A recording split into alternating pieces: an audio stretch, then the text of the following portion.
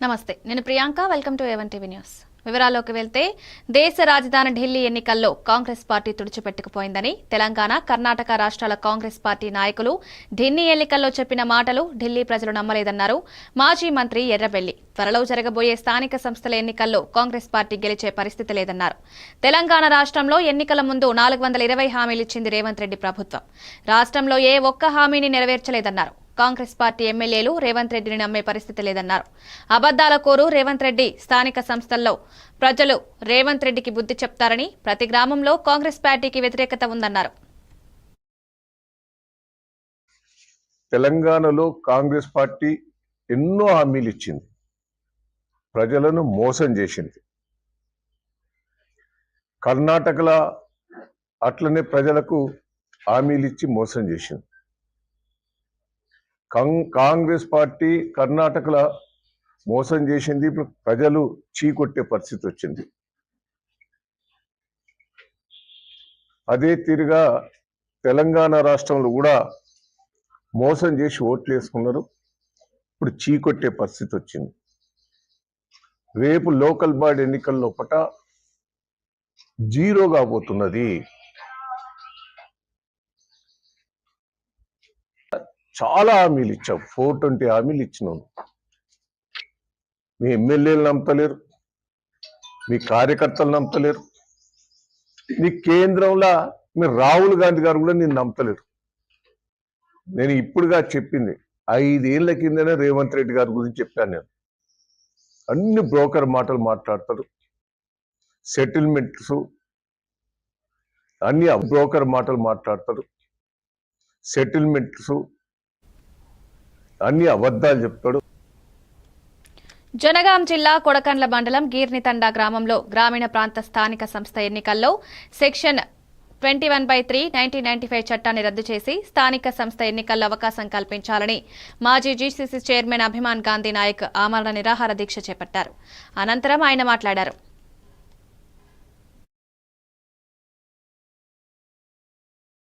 రాష్ట్ర ప్రభుత్వం రేపు ఇచ్చే నోటిఫికేషన్ లో ఎన్నికల నిబంధనలో ఈ యొక్క నిబంధనలు తొలగించాలి. గత అసెంబ్లీ సమావేశాల్లో ఏదైతే ఏర్పాటు చేసిన ఇంతకుముందు అంటే మొన్న ఒకరోజు కాక ఇంతకుముందు జరిగిన అసెంబ్లీ సమావేశాల్లో రాష్ట్ర ప్రభుత్వం స్థానిక సంస్థలో ఉన్న ఇద్దరు పిల్లల నిబంధనలు ఎత్తేస్తుందని చెప్పి మన రాష్ట్రంలో ఉన్న అన్ని ఎలక్ట్రానిక్ మీడియా మరియు ప్రింట్ మీడియా పెద్ద పెద్ద అక్షరాలతోటి ఇలా జీవో తీసేస్తున్నానగానే రాష్ట్రంలో ఇద్దరికి నుంచి పిల్లలు కలిగిన వారి నాతో పాటు ఉన్న తల్లిదండ్రులకు ఆశలు చిగురించినాయి. కానీ దురదృష్టవశాత్తు ఏమైందో ఏం జరిగిందో తెలియదు. కానీ ఆ జీవో ఊసు అసెంబ్లీలో కానీ క్యాబినెట్లో కానీ ఏదైనా నిర్ణయం తీసుకోకపోవడం మాకు పెద్ద కుదిబండగా తయారైంది. కనుక నాటి నుంచి నేటి వరకు నేను పలుమార్లు పలు మంత్రులను కలిసినా కూడా వివిధ రూపాల్లో సమాధానాలు వస్తాయి. తీస్తారని కొందరు, తీయకపోవచ్చని కొందరు అంటారు. కనుక నేను చివరిగా ఇక నాకు 2-3 రోజులలో కోడ్ వచ్చే సమయం ఉంది. కనుక నేను ఉద్యమ సమయంలో అనేక దీక్షలు, అనేక అమరణ దీక్షలు, పాదయాత్రలు చేసిన నాకు, ఎందుకంటే దేశంలో ఎక్కడ లేని విధంగా ఈ రాష్ట్రంలో జీవో ఉండడం ఏంటిది. అటెండర్ నుంచి మొదలుకుంటే ఐఏఎస్ వరకు కూడా 35 సంవత్సరాల పదవి అనుభవించే వారికి లేదు. ఏదైతే ఎమ్మెల్యే నుంచి మొదలుకొని ఏదైతే రాష్ట్ర ముఖ్యమంత్రి, గవర్నర్ వరకు బదులు చేసేటోళ్ళ వాళ్ళకి ఎంతమంది భార్యలున్నా, ఎంతమంది పిల్లలున్నా వాళ్ళ ఏదైతే నామినేషన్ చెప్తుంది. కానీ మేము ఇద్దరి నుంచి పిల్లలకు జన్మనిచ్చిన పాపానికి మేము శాశ్వతంగా రాజకీయాలకు దూరమయ్యే దినస్థితి దాపురించింది. కనుక ఏదైతే స్థానిక సంస్థల నిలబడే పోటీ చేసే వార్డు నెంబర్ వచ్చి సర్పంచ్, ఉప సర్పంచ్ మరియు జెడ్పీటీసీ, ఎంపీటీసీలు వీళ్ళు ఏదైతే చట్టాలు చేసేవాళ్ళు కాదు, చట్టాలు చేసేటోళ్లకు ఈ ఇద్దరు పిల్లల నిబంధన చుట్టమైంది. మాకు భారంగా మారింది. మేము శాశ్వతంగా రాజకీయాలకు దూరమై పార్టీల జెండాలు మోసేందుకే పరిమితమైన కనుక ఈ రాష్ట్ర ప్రభుత్వానికి మా రాష్ట్రంలో ఇద్దరికి నుంచి పిల్లలు కలిగిన వారి తరఫున చేతులు జోడించి ఇలా నేను అమర నిరాహార దీక్ష చేయడానికి పూనుకోవడానికి కారణం ఈ రాష్ట్ర ప్రభుత్వం రేపు రాబోయే ఎన్నికల్లో ఈ ఇద్దరు పిల్లల నిబంధన తొలగిస్తుంది అని చెప్పి, తొలగించాలని చెప్పి ఈ రాష్ట్ర ముఖ్యమంత్రి గారిని, ఈ రాష్ట్ర మంత్రివర్గాన్ని, ఈ రాష్ట్రంలో ఉన్న ప్రజాప్రతినిధులందరినీ, ఈ రాష్ట్రంలో కొనసాగుతున్న వివిధ పార్టీల అధ్యక్ష కార్యదర్శులు ఎమ్మెల్సీ ఎన్నికలకు పగడ్బందీ ఏర్పాట్లు చేశామని, ఎన్నికలు ప్రశాంతంగా జరిగేలా చూస్తామని సబ్ కలెక్టర్ సంజనా సింహ తెలిపారు. డివిజన్ పరిధిలోని 51 పోలింగ్ కేంద్రాలున్నాయని, మరో 8 పోలింగ్ కేంద్రాలకు అప్రూవల్ రావాల్సి ఉందన్నారు. డివిజన్ వ్యాప్తంగా 45,707 మంది తెనాలి నియోజకవర్గంలో 23,273 మంది ఓటర్లుండగా ఫిబ్రవరి 27న ఉదయం 8 నుంచి సాయంత్రం 4 గంటల వరకు పోలింగ్ జరుగుతుందన్నారు. మార్చి 3న కౌంటింగ్ ఉంటుందని సబ్ కలెక్టర్ తెలిపారు. నుంచి సాయంత్రం 4 గంటల వరకు కూడా పోల్ అవుతుంది.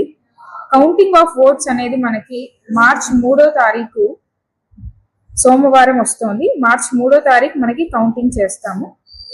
ఫైనల్ గా ఎలక్షన్స్ అంతా కూడా 8th మార్చ్ వరకు చేసేయాలి అని మనకి సిఇఓ ఆఫీస్ ఆంధ్రప్రదేశ్ నుంచి కమ్యూనికేషన్ వచ్చింది. ఇది ఇచ్చిన తర్వాత చాలా పొలిటికల్ పార్టీ మీటింగ్స్ కలెక్టరేట్ స్థాయిలో పెట్టారండి. ఇక్కడ మనం డివిజన్ స్థాయి, మండల స్థాయిలో కూడా ఒకటి పెట్టడం జరిగింది. సో ప్రస్తుతానికి మనము పోలింగ్ స్టేషన్స్ గురించి వస్తే మనకి బిఫోర్ నోటిఫికేషన్ ఏదైతే వచ్చిందో దాని ముందర మనకి టోటల్ గా కూడా తెనాలిలో 27 పోలింగ్ స్టేషన్, తెనాలి కాన్స్టిట్యుయెన్సీలో అంటే 24 polling stations Tenali urban rural కలిపి, కొల్లిపర్లో 3 కలిపితే తెనాలిలో 27 ఉన్నాయి. డివిజన్ అంటే తెనాలి సబ్ డివిజన్ కి వచ్చేసప్పటికి 24, ఈ 2 కలిపితే కూడా మనకి 51 పోలింగ్ స్టేషన్స్ ఉన్నాయి. కానీ మనము ప్రతి ఒక్క పోలింగ్ స్టేషన్ లో 1000 కంటే ఎక్కువ ఓటర్లు ఉంటే ఇంకొకటి కూడా ప్రపోజ్ చేయాలని ఆక్సిలరీ పోలింగ్ స్టేషన్స్ మనం ఒక 8 ప్రపోజ్ చేయడం జరిగింది. వీటిని ఇంకా కూడా అప్రూవల్ మనకి ఎలక్షన్ కమిషన్ ఆఫ్ ఇండియా నుంచి రావాలి. సో ఆక్సిలరీ పోలింగ్ స్టేషన్స్ తో కలుపుకుంటే అప్రూవల్ తర్వాత మనకి టోటల్ గా డివిజన్ లో 59 పోలింగ్ స్టేషన్స్ ఉంటాయి.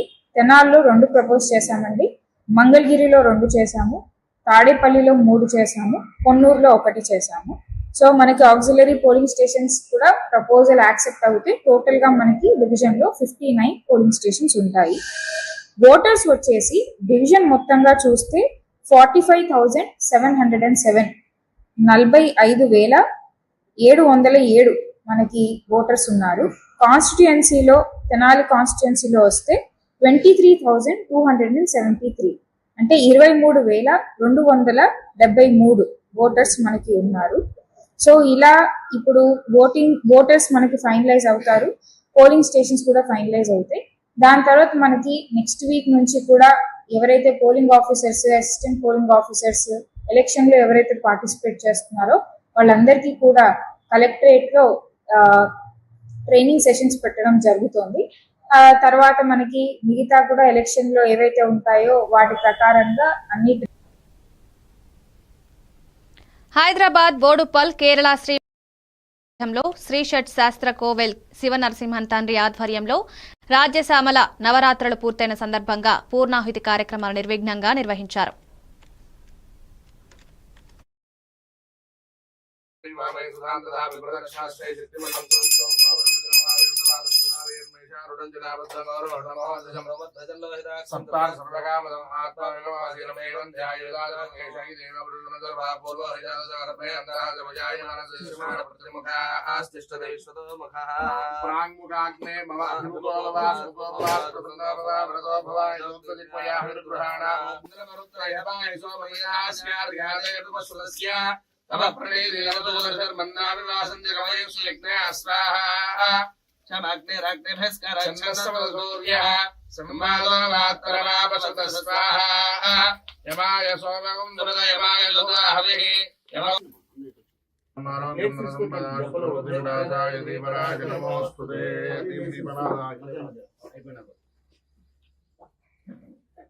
దీపనాదాయ నమః దీపలక్ష్మీ నమో నమః సగంధ సపుష్పక్షదాం సమర్పయామి.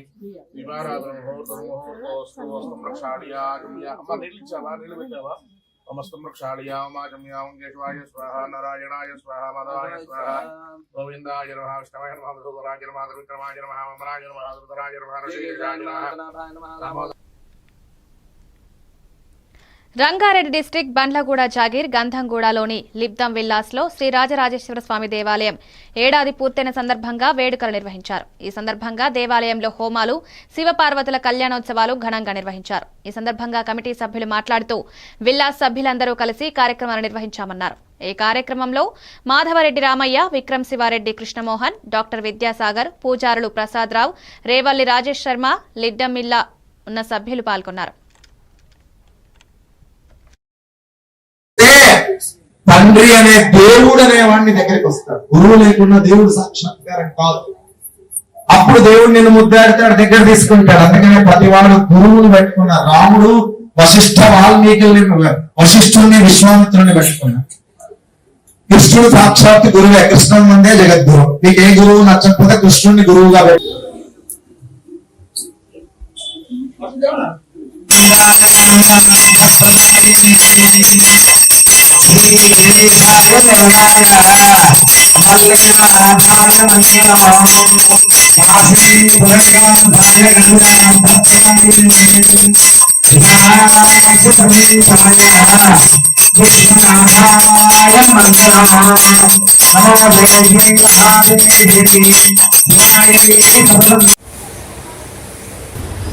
ఓం నమ శివాయ. ఇది లిడ్డమిల్లాస్ రాజిరెడ్డి వ్యాలీ అనే గంధంగూడలో చెందినటువంటి లీడర్ కమ్యూనిటీలో లిడ్డమిల్లాస్ మొదటి వార్షికోత్సవం మా గుడి ప్రాణ ప్రతిష్ఠ చేసిన తర్వాత మొదటి వార్షికోత్సవం జరుపుకుంటున్నాము. అందరూ కమ్యూనిటీ వాసులు, చుట్టుపక్కల ఉన్న కాలనీ వాసులు అందరూ, రాజకీయ నాయకులు, ఎమ్మెల్యేలు అందరూ కూడా మా గుడిని విచ్చేసి చాలా అద్భుతంగా నిర్మించారు. మీరు దేవుళ్ళని కూడా బాగా ప్రతిష్ట చేసుకున్నారు, గొప్పగా చేసుకున్నారు అనేది మాకు చెప్పినందుకు మా అర్చకులు కూడా 24 గంటలు సేవ చేస్తూ మా రామయ్య గారు. లిప్టన్ విల్లాస్ గంధంగూడ పేరెంచెరువులో ఉన్న ఈ గేటెడ్ కమ్యూనిటీలో అందరు రెసిడెంట్స్ ఎంతో కష్టపడి, ఎంతో ఇష్టపడి కట్టుకున్న దేవాలయం. ఈ దేవాలయం కట్టడానికి అందరికంటే బాగా ముఖ్యులు మా మాధవరెడ్డి అన్న ఇష్టంతో అందరినీ కలుపుకొని ముందుకు తీసుకెళ్లి జస్ట్ 2.5 years బ్యాక్ స్టార్ట్ చేసింది. ఇది కడదామో అన్న ఒక ఆలోచనతో అందరూ అనుకున్నారు ఏదో ఒక చిన్న టెంపుల్ కడతామేమో, కానీ అన్న ఎక్కడ తగ్గలేదు. అన్న దీన్ని మంచిగా పైకి తీసుకొచ్చారు. కరెక్ట్ గా ఒక 1 year లో దీన్ని ఇనాగ్రేషన్ శంకుస్థాపన అయిపోయింది, దీన్ని కన్స్ట్రక్ట్ చేయడం కూడా అయిపోయింది. అలాగే అన్నకి శివప్రసాద్ రెడ్డి, కృష్ణమోహన్, విక్రమ్ ఇట్లా వీళ్ళందరూ బాగా కష్టపడి హెల్ప్ చేశారు అన్నకి ప్రతిక్షణం. అండ్ ప్రతిరోజు ఇక్కడ ఈ టెంపుల్లో ప్రతిరోజు పూజలు జరుగుతాయి. అలాగే సాయంత్రం పూట సీనియర్ సిటిజన్స్ వచ్చి భజనలు చేసుకొని వెళ్తారు. ఎంతో మంచి యాక్టివిటీ జరుగుతుంటది ఇక్కడ. ఈ యాక్టివిటీ ఇంకా ముందు ముందు ఇలానే ఇంకా బాగా జరగాలని కోరుకుంటున్నాము, ఇంకా మంచిగా ఉండాలని కోరుకుంటున్నాము. ఇక్కడ నేను పురోహితునిగా పనిచేస్తున్నాను. ప్రతిరోజు సోమవారం, ప్రతిరోజు కూడా స్వామివారికి యథావిధిగాను ప్రతి మంగళవారం ఆంజనేయ స్వామికి, ప్రతి బుధవారం కూడా వినాయక స్వామికి, యథావిధిగా గురువారం దక్షిణామూర్తికి, మరియు శుక్రవారం అమ్మవారికి, మన శనివారం అభయాంజనేయ స్వామికి యథావిధిగాను అభిషేకాలు మరియు ప్రతి మాసంలో కూడాను సంకట సందర్భంగా విశేష పూజా కార్యక్రమం నిర్వహిస్తున్నాము. 2 సంవత్సరాల క్రితము శివాలయాన్ని వైదికంగా ప్రతిష్ఠిస్తున్నాము. తర్వాత సంవత్సరం తర్వాత అంటే 2023లో ఈ శివాలయాన్ని ప్రతిష్ట కార్యక్రమం కోసం ప్రారంభించుకొని శంకుస్థాపన చేశాము. తర్వాత సంవత్సరం లోపలే 2024 ఫిబ్రవరి 17, 18, 19 తారీఖులలో ఈ శివాలయం ఘనంగా లిడ్డమిల్లా అందరి సహాయ సహకారాలతో మేము దీన్ని పూర్తి చేసుకొని ఈ విధంగా పరమేశ్వరుని పంచాగ్ర రూపంలో అంటే గణపతి, ఆదిత్యుడు, గణపతి, అంబిక, విష్ణువుడు సమేతంగా శ్రీ రాజరాజేశ్వర స్వామి వారిని, అలాగే వారి రావడానికి ఇరువైపులా కూడా గణపతిని, శ్రీ రాజరాజేశ్వర అమ్మవారిని, అదేవిధంగా గుడికి మిగతా 3 వైపులా కూడా ఒకవైపు దక్షిణముఖంగా దక్షిణామూర్తిని మళ్ళీ స్నానం చేయించి డ్రెస్ తీసి మొత్తం శుద్ధి చేసి. రాష్ట్ర ప్రభుత్వం బీడీ కార్మికులకు ఇచ్చిన హామీలు వెంటనే నెరవేర్చాలని, 4,000 రూపాయల పెన్షన్ చెల్లించాలని బీడీ కార్మిక సంఘం రాష్ట్ర సహాయ కార్యదర్శి అయ్యవారి లక్ష్మణ్ అన్నారు. రామాయంపేటలో ఏర్పాటు చేసిన మీడియా సమావేశంలో ఆయన మాట్లాడుతూ బీడీ కార్మికులకు నెలకు 26 రోజుల పని దినాలు కల్పించాలని, కేంద్ర ప్రభుత్వం 6,000 రూపాయల పెన్షన్ ఇవ్వాలని డిమాండ్ చేశారు. బీడీ కార్మికుల హక్కులపై పోరాటం చేస్తామని, రాష్ట్ర ప్రభుత్వం ఎన్నికల సమయంలో ఇచ్చిన హామీలు నెరవేర్చుకునే వరకు ఉద్యమిస్తామని హెచ్చరించారు. అదేవిధంగా దాంతో పాటు రాష్ట్ర కార్యవర్గ సభ్యురాలుగా జీడి బాలలక్ష్మి, అదేవిధంగా రాష్ట్ర కౌన్సిల్ మెంబర్లుగా కె పార్వతి, అదేవిధంగా మహేష్ని ఎన్నుకోవడం జరిగింది. ఆ యొక్క మహాసభల్లో అనేక తీర్మానాలు చేయడం జరిగింది. మెదక్ జిల్లాలో దాదాపు 25,000 మంది బీడీ కార్మికులు పనిచేయడం జరుగుతూ ఉన్నారు.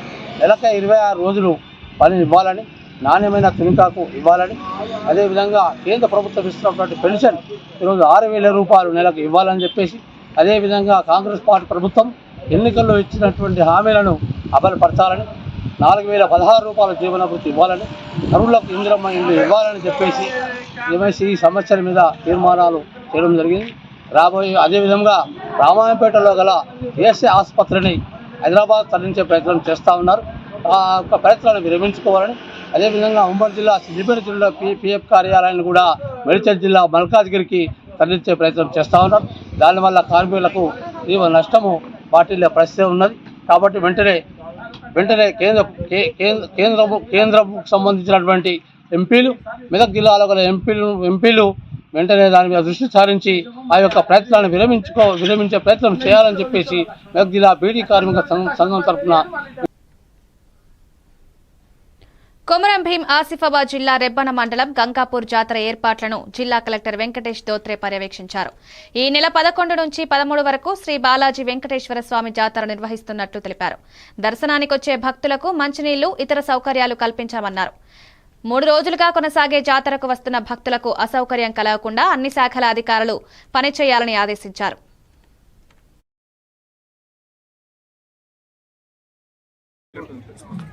ఎవరు మెయిన్ రెస్పాన్సిబిలిటీ మీరే కదా, మీరు అండ్ ఈఓ గారు ఇద్దరు కదా. మీ పేరు ఓన్లీ ఫర్ ద జాతర కోసం లేదంటే మీరు ఈస్గాన్ టెంపుల్ కదా, అక్కడ కూడా దాన్ని మళ్ళీ శివరాత్రి చేయాలి.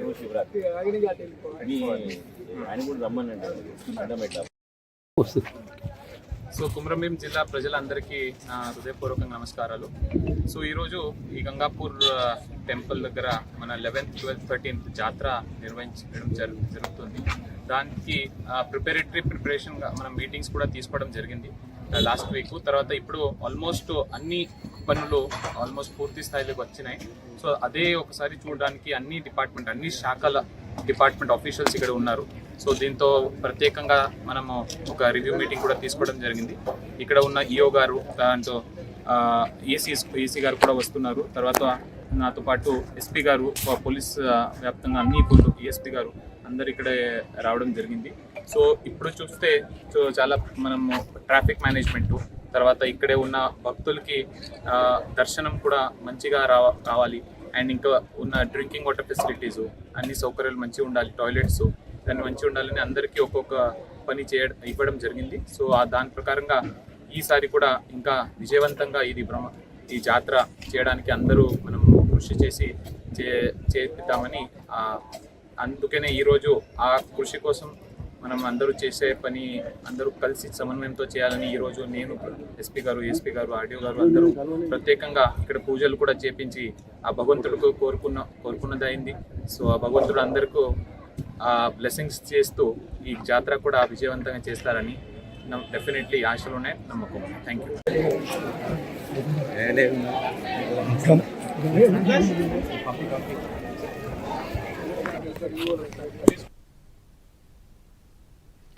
భీష్మ ఏకాదశి సందర్భంగా గుంటూరు జిల్లా తెనాలిలో ప్రసిద్ధి చెందిన శ్రీ లక్ష్మీ పద్మావతి సమేత వెంకటేశ్వర స్వామి దర్శనానికి భక్తులు భారీగా తరలివచ్చారు. సుదూర ప్రాంతాల నుంచి వచ్చిన భక్తులతో ఆలయ ప్రాంగణం కిక్కిరిసిపోయింది. స్వామి అమ్మవార్ల దర్శనం కోసం క్యూ లైన్లలో భక్తులు బారులు తీరారు. ధ్వజస్తంభం వద్ద దీపారాధన చేసి పుట్టలో పాలు పోసి మొక్కులు చెల్లించుకున్నారు.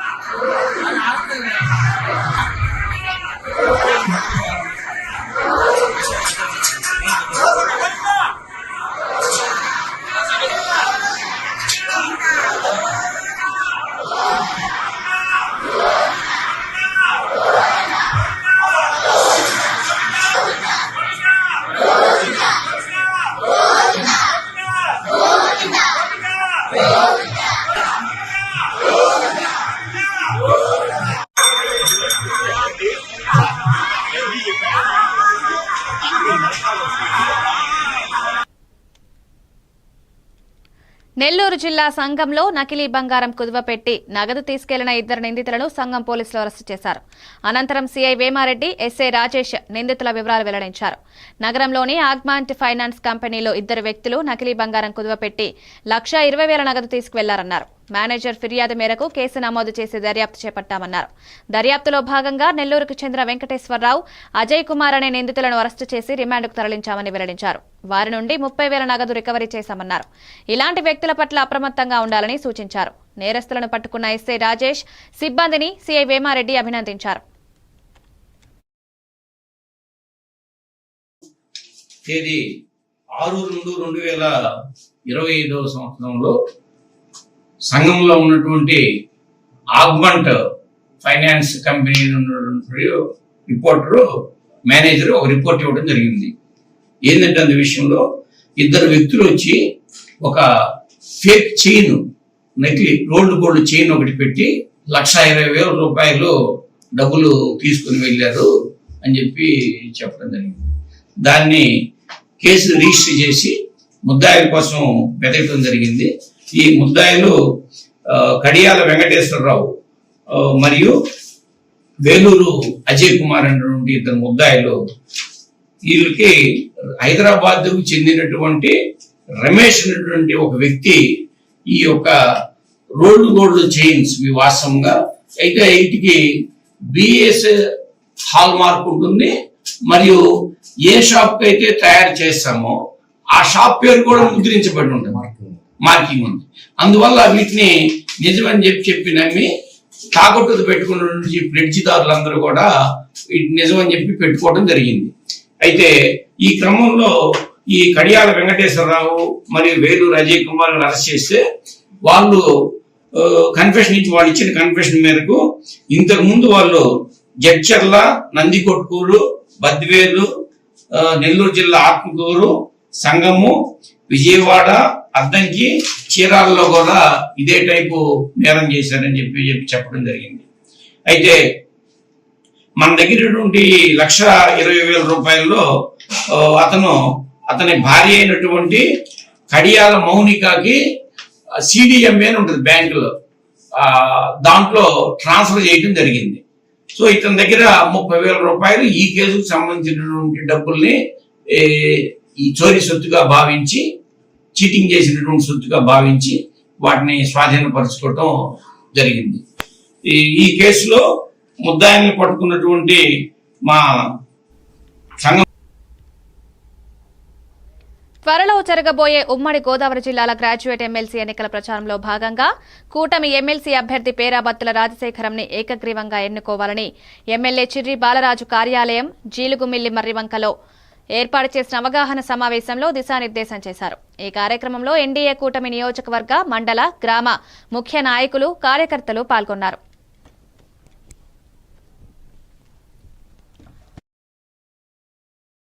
దాటిపై జనసేన అభ్యర్థి అయినటువంటి నన్ను భారీ మెజార్టీతో గెలిపించారు. కేవలం న్యాయం చేస్తాం.